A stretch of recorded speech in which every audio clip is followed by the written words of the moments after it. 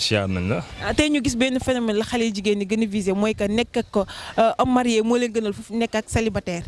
léegi nag yow en tant que célibataire yow li sa ñàngal ci loolu. non c'est que man li ma ci xalaat mooy gars yi ñoo takkatul quoi. célibataire ñoo takkatul. boo xoolee xale yi jigéen ñi léegi nekk ak ñi nga xam ne ñoo marié moo leen gënal fuuf parce que la majeure partie des célibataires léegi ba ñuy fo newtuñ ci yooyu quoi. bon bu ñu dañ naan sax li ñu marié def la ñuy def dañ naan ko njëriñ ñuy takk moo tax léegi ñi nga xam ne léegi nag ñu ngay seen i jabar seen benn wala seen ñaar xam nga gars yi loolu la ñuy ñoom la ñuy gën a comment dirais-je ñoom la ñuy gën a bëgg quoi que nekk ak ñi nga xam ne ay célibataire lañ sama gars yi takkatuñ quoi bon man daal loolu laa ci xalaat. loolu nga ci xalaat léegi tamit lan ngay dénk sa morom góor célibataire yi. góor ñi nañ takk xale yaa ngi fi bari fii nañ jël ci xale yi takk leen booy bëgg nañ sëy de mais sama gars yi ñoo takkatul waaw foofu la ñu war a bàyyi te dem takki jabar waaw tey ci man amaguma soxna. yow loolu ngay xaar. non comme li ma la wax rek affaire yi moo jotagul tamit gisagoo bu baax bi yaa ma gën a xam. booy ça veut dire. booy jigéen ñi tamit ñoom it kenn demuñu des ñoom it kenn demuñu des ñoo bëri foo bëri fontu bëgguñu kenn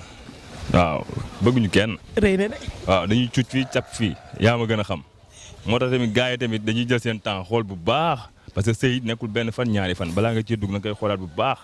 waaw xool bi nga xam ne mooy bu baax bi nga dem jël ko waaw ngir ëllëg da ngay sóoraale lu bari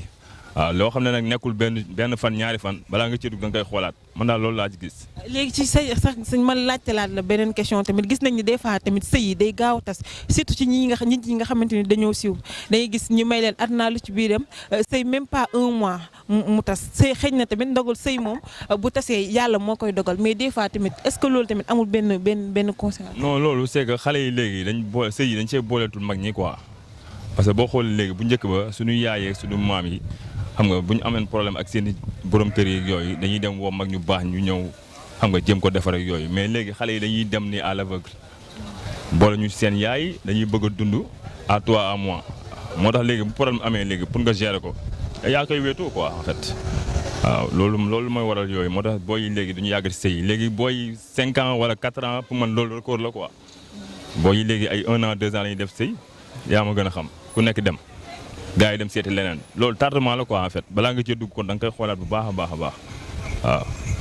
baax na kàddu yi rafet na ñu ngi lay jaajëfal lu baax a baax xëj na balaa 2022 bi di jeex di nga takk jabar. incha allah ci kàttanu yàlla ak mbaaxam ñaanal ma rek yow. incha allah kon nag mbokk internet KSTV lii laa leen indiloon tey seen rubrique micro-trottoir ñu doon waxtaanee xale jigéen ñi nga xamante ne nekk ak homme marié moo leen gënal fuuf nekk ak homme célibataire yi takk